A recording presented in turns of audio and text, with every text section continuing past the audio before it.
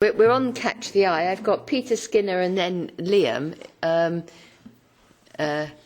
right, and Sabine. So we'll have to be a little bit more disciplined, otherwise we can, that's all right, overrun in English. Peter. Thanks very much. Edward, it's really good to see you as always, but congratulations, I think, on your balanced budget. If anyone reads anything about it, it knows it's been balanced because it's been taken by both sides of the House in Malta and adopted as being very necessary. A couple of things. Just on the social economy, it seems to me that your emphasis was on the social economy in this budget as well. Reduction in income tax was an interesting one, which is not unheard of, but at a time of austerity, governments don't usually reduce income tax, they go the other way. Was this a part of the job creation and the youth guarantee projects which were being spread around the EU? Very welcome if they were, or was there another emphasis which you were placing on it? Secondly, on the pensions reform, which I'm very interested in, I suspect we all have to make this journey. Many countries do. Some are resistant to it still. What do you see as being the obvious advantages of going in the direction you've now chosen for the third pillar? And what kind of coverage do you expect to see, perhaps, in Malta? Thanks, Peter. Appreciate that. Well, regarding the tax cut, it's going to be neutral. In other words, it's not a cut which will lose revenue. But as I said, it's a redirection from direct to indirect. Roughly, Malta is half of our revenue is from income tax, and the half from direct, and the other half is from indirect. If we leave out the national insurance, well, that's also another source. But you also have to watch the income distribution, and we are aware that, like many countries, the income distribution is getting worse. Malta's income distribution is better than in most countries in Europe. I mean, poverty, the percentage of poverty in Malta is one of the lowest, but it's getting worse. In other words, so that's something we would watch. And I've just, even this week, met with the Minister for Social Services, and we're looking again at the 2015 budget now, seeing at the lower end, especially children, poverty and so on, how to address those issues. So we started just now looking at that to compensate. Regarding pensions, Malta is unique in the sense, as I explained, our participation rate is so low. There's so much more, where the burden of the pension is carried by fewer people than other countries. Most countries have half of their population working. Malta we're 40,000 short of that. So you can understand that once we get there, the situation would therefore improve. At least that's one way of seeing it. The other one is also that the debt itself is a contingency liability, like pensions. So in other words, by addressing the debt where we want it to stabilise by next year and then starts going down after that, would be also lightening the burden of future generations. However, we have a joint working group between my ministry and the Minister for Social Services, and they are running these models, and whatever needs to be done, it has to be done. Because I explained, nobody would want to pay now for the future, but when you tell them, do you want your children or your grandchildren to be in poverty when they retire? And then the answer would say, okay. And that will bring them to do what they always resist in doing. So whether the unions or not, I'm becoming political more than I was here. How to sell difficult policy measures. Maybe it's compulsory training also that people have a stint in econ. Liam, you are next. Merci, Sharon. Thank you, Sharon. Well done for all you're doing, Edward.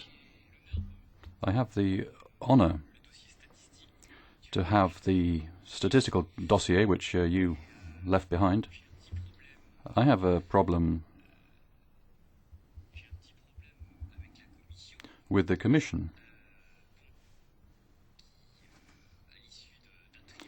After a trialogue, agreed with the Council and is now blocking us. We voted at first reading on the text, and we've taken on board all the proposals that were made. We've remained as faithful as possible to your proposals. There was a strong majority. You were very ambitious on that file, so your work was really recognized by that vote. I was surprised. In the mandate which was supposed to be given to the Council Presidency for the next trilogue, because I hope there will be another one, there was a blocking majority, and Malta was part of that, paradoxically. So can you do something? Because this is a file, after all, which is close to your heart. You really got me there.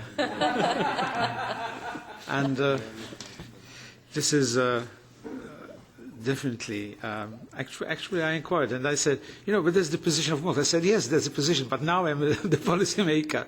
I want to know. And so I'll be looking into that for sure. It would be a pity because statistics are like the feet of a giant. We're doing so much useful work with the six-pack and the two-pack and the benchmarks, but they all are on these 2 feet.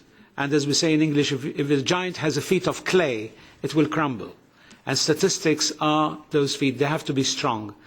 And we are very aware because revisions in the GDP or mistakes for example, we have, again, I've just attended yesterday a presentation by the Malta Central Bank on the output potential.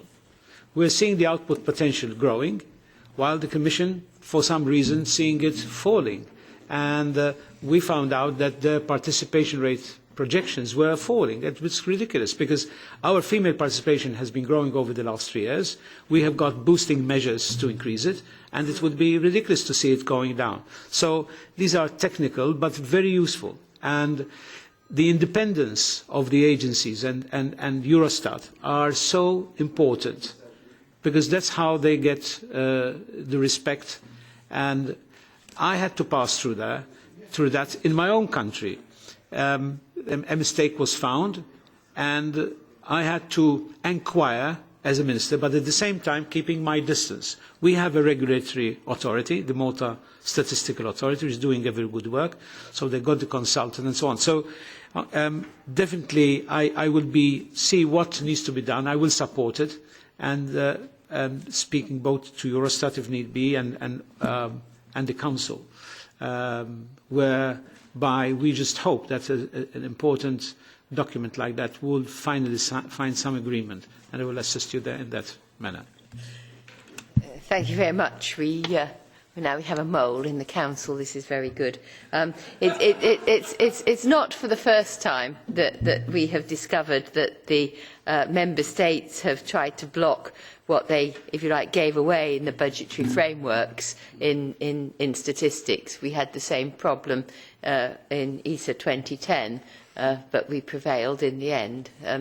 So we know what the council is up to, but we will be as strong as we can.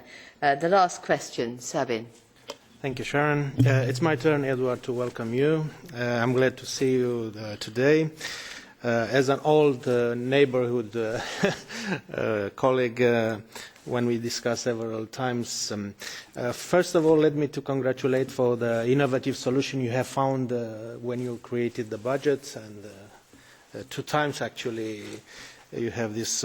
You know probably our history regarding what we reach in European Parliament for the future budget of European Union. But having in mind that position, you have also experience as a member of the Parliament, also now as a minister. What do you think should be changed in the relation between communication between Brussels and member states, and what do you think will be the key issue for the future to have let's say a more stronger European Union, to have a more to discuss in real terms about solidarity, because As an S&D, we discussed several times these issues, and unfortunately, I think that we just discuss. So, if you can answer, thank you. Well, let me focus on one word we've used, solidarity.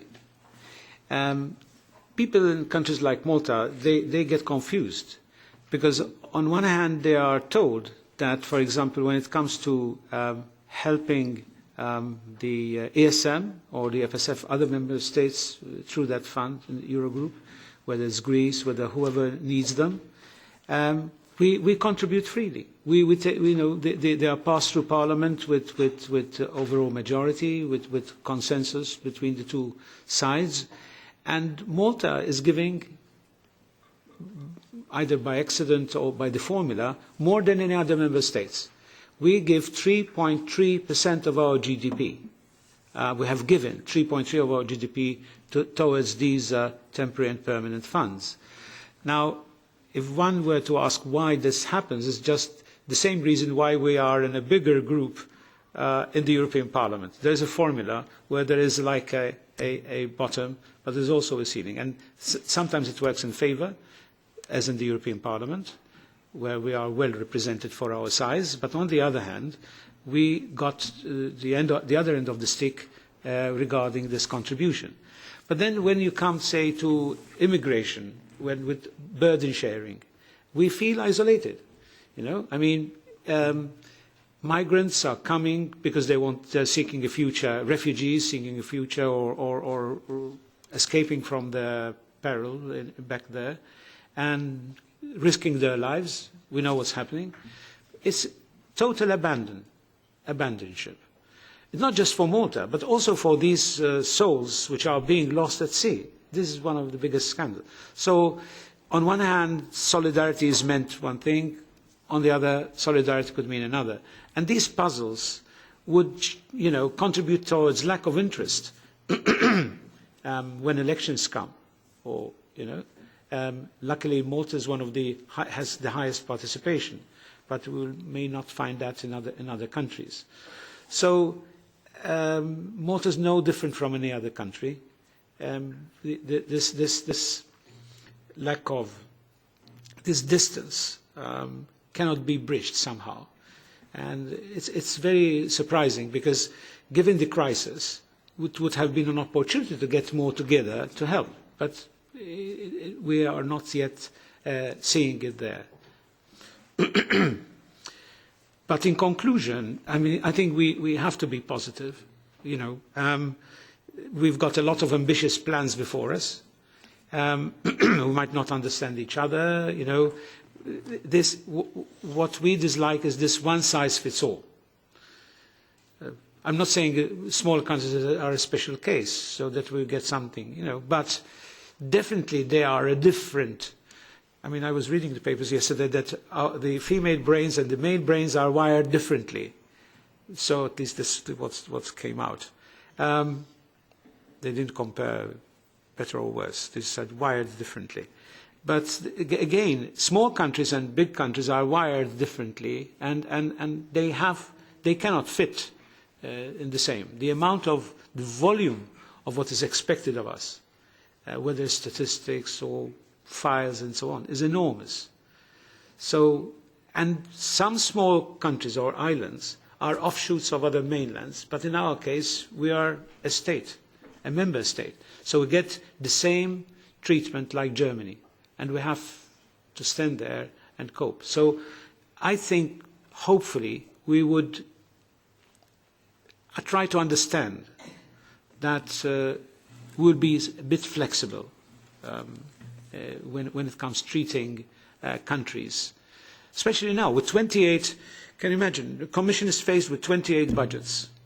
They have to, in a very short time, tick all the boxes and so on. And mistakes are done. A report just came out saying that they have done a mistake. 30 was written 300 and 40 came 500, and that has to be corrected. So this is, we'll look at the future with optimism and make the best out of it. Okay. Well, thank you very much, Edward. It's been a delight to have you here.